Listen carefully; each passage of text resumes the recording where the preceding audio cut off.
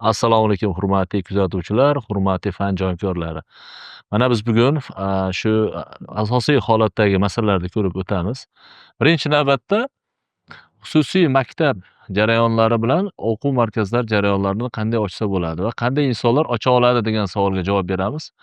Mana judayam ko'p yurtdoshlarimiz o'quv markazi ochishda turli xil qiyinchiliklar, turli xil bir bosqichlarni bosib o'tadi. Eng asosiy qiyinchiliklardan biri shundaki, biz birinchi navbatda o'quv markaz shakllantirishdan oldin biz shu o'quv markazida birinchi navbatda o'sha maqsadi, ya'ni uni oliy maqsadini aniqlab olishimiz kerak. Eng asosiy bo'g'inlardan biri bu uni oliy maqsadi. Undan keyin esa o'quv markazi qadriyatlarini shakllantirib olishimiz kerak. Birinchi navbatdagi e'tibor beradigan tushunchalarimiz shulardan iborat. O'quv markaz ochishda eng asosiysi birinchi o'rinda turgan o'sha shaxs, uning qadriyati muhim hisoblanadi. Birinchi o'rinda turgan shaxs demoqchimanki, mana bilamiz, har qanday o'quv markazi ochishda ikki xil toifali holatda ochishimiz mumkin. Birinchi navbatda o'zimiz mustaqil holatda ochishimiz mumkin va sherikchilik asosida ochishimiz mumkin. Mustaqil asosda ochsak ham yoki sherikchilik asosida ochsak ham, birinchi navbatda shu ochayotib turgan insonlarning, ya'ni shaxslarning shaxsiy qadriyatlari muhim hisoblanadi. Ta'limda eng asosiy jarayonlardan biri shu hisoblanadi.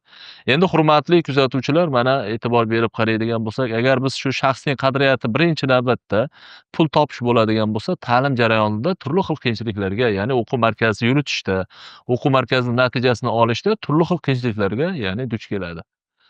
Albatta biz shu o'quv markazlarini shakllantirganimizda oliy maqsadi va biz 1 yil yoki 2 yil yoki 5 yillik oliy maqsad qo'ymasligimiz kerak. Shu o'quv markazimizda, ya'ni umumiy holatda uzoq yilgi, ya'ni oliy maqsadi va qadriyatlarini qo'yib borishimiz kerak. Albatta bilamizki, oliy maqsad, misol keltirishimiz mumkin. Mana o'sha ma'lum bir korxonalarda oliy maqsadlarini keltirishimiz mumkin. Kimlardir mijoz uchun ishlaydi, kimlardir klientlar uchun ishlaydi. Mana biz oshxona misolida keltiradigan bo'lsak, turli xil oshxonalar yoki mana restoranlarni ko'radigan bo'lsak, eng asosiy jarayonlar mijozlarni xursand qilish bilan ishlasa, ya'ni ta'lim jarayonidagi insonlar esa kelajakda, ya'ni shu yurtni kelajagini rivojlantirish uchun xizmat qiladigan oliy maqsadlarni qo'yish kerak. Bilamizki, oliy maqsadlarimizdan eng asosiy mana sifatli ta'lim, mukammal natija. Bu biza Al-Xorazmiy xususiy maktabimizda oliy maqsadi. Biz sifatli ta'lim orqali mukammal natijaga erishtiramiz o'quvchilarimizni. Shu yurtimizga fidoyi qolaversa, vatanparvar ruhda va milliy qadriyatga ega bo'lgan holatda yoshlarimizni kelajakka tayyorlaymiz va kelajakda o'z o'rnini egallashga yordam beramiz hamda ko'prik vazifasida, demak, vazifasida bo'lamiz. Demak, hurmatli kuzatuvchilar, mana biz e'tibor qaraydigan bo'lsak, asosiy o'quv markazini ochishda shakllantirishi mumkin bo'lgan shaxslarning asosiy xislatlari aytildi. Mana biz birinchi navbatda o'quv markazi ochmoqchimisiz? Demak, uni oliy maqsadi, birinchi o'rindagi holat shu. Ikkinchi o'rindagi esa bu o'quv markazining qadriyatlari. Uchinchi o'rinda shu o'quv markaz ochayotgan shaxsning o'zining shaxsiy qadriyatlari. Demak, o'quv markazi ikki xil toifali holatdagi insonlar ocha olar ekan. Birinchi navbatda shu o'zini milliy qadriyatiga ega bo'lgan insonlarimiz, ya'ni yaxshi natija orqali o'quv markazlari shakllantiradi. Chunki boshqa bizneslardan ta'lim biznesi, ya'ni ta'lim jarayonidagi yo'nalishlar biroz insonda vatanparvarlik ruhi kuchli bo'lgan holatlar, vatanparvarlik ruhini, kelajagini o'ylaydigan holatlarda bizneslardan biri hisoblanadi. Mana biz shu o'quv markazi ochadi judayam ko'p yurtdoshlarimiz berilgan holatda bu o'quv markazi tez o'z faoliyatini to'xtatadi yoki o'quv markazi ochadi, tez rivojlanib, o'zini natijasini ma'lum bir yillar mobaynida ko'rsatadi. Bilamizki, repetitor tizimidan chiqadi shu o'quv markazi shakllantirgan yurtdoshlarimiz. Mana misol keltirishimiz mumkin. Oddiygina o'zi o'qituvchilik qilib, ma'lum bir jarayon bo'yicha natija ko'rsatadi, repetitorchilik qilib, turli xil o'quvchilarni oliy o'quv yurtlariga kirgizadi va o'quv markaz shakllantiradi. Bir qancha kuchli, bilimli o'quvchi ustozlarni, ya'ni yig'ish jarayoni orqali o'quv markaz shakllantiradi. Bu o'quv markazlar juda ham mustahkam va natijaga ega bo'lgan o'quv markaz hisoblanadi.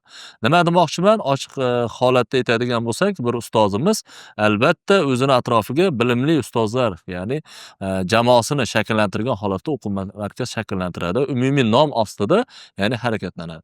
Keyingi holatimizda yurtdoshlarimiz bor, ta'lim jarayonidan xabari bo'lmaydi va ta'lim jarayonidan xabari bo'lmagan holatda bir yangi jamoa shakllantiradi. Ta'lim jarayonida ya'ni ma'lum bir yillarda jarayonida o'zini mehnati bilan, o'zini bir natijasi bilan ko'rsatgan, ya'ni o'qituvchilarni, ustozlarni yig'ish orqali yangi o'quv markazi shakllantiradi.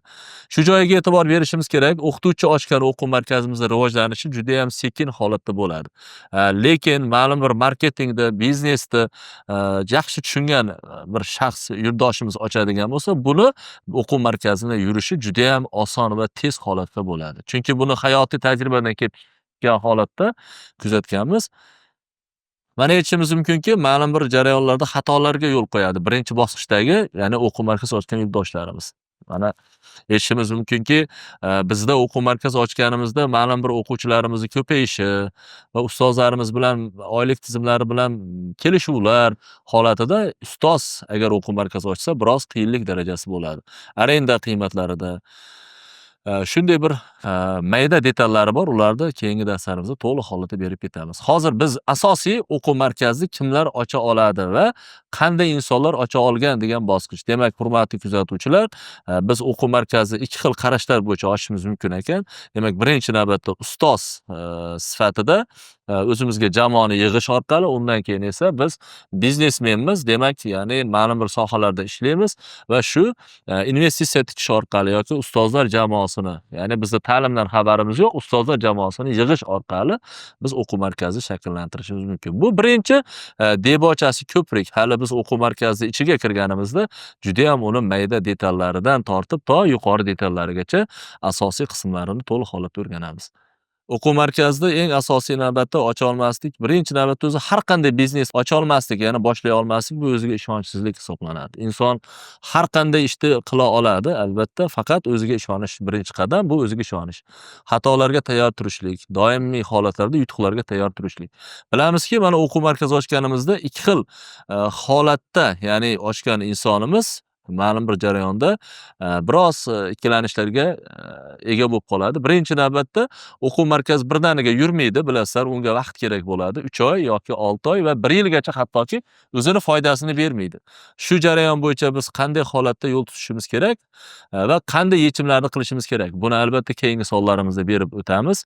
Hurmatli yurtdoshlar, qolaversa, mana o'quv markazlarimizda juda ham bir iqtisodiy qiymat rivojlangan vaqtda biz shu iqtisodiy qiymatni qaysi ya'ni yo'nalishlarga yo'naltirishimiz kerak degan yechimlarni ko'rib o'tamiz. Buni ham keyingi darslarimizda to'liq holatda, demak, yechimini ko'rsatib beramiz. Hurmatli yurtdoshlar, mana biz o'quv markazi shakllantirganimizda birinchi navbatda e'tibor beradigan qiymatlarda, e'tibor beradigan ko'zgularni to'liq holatda va ma'lum bir qismlarini qisman holatda berib o'tdik va sizlar bundan chiroyli xulosa, ya'ni chiroyli ilm olasizlar degan umiddaman.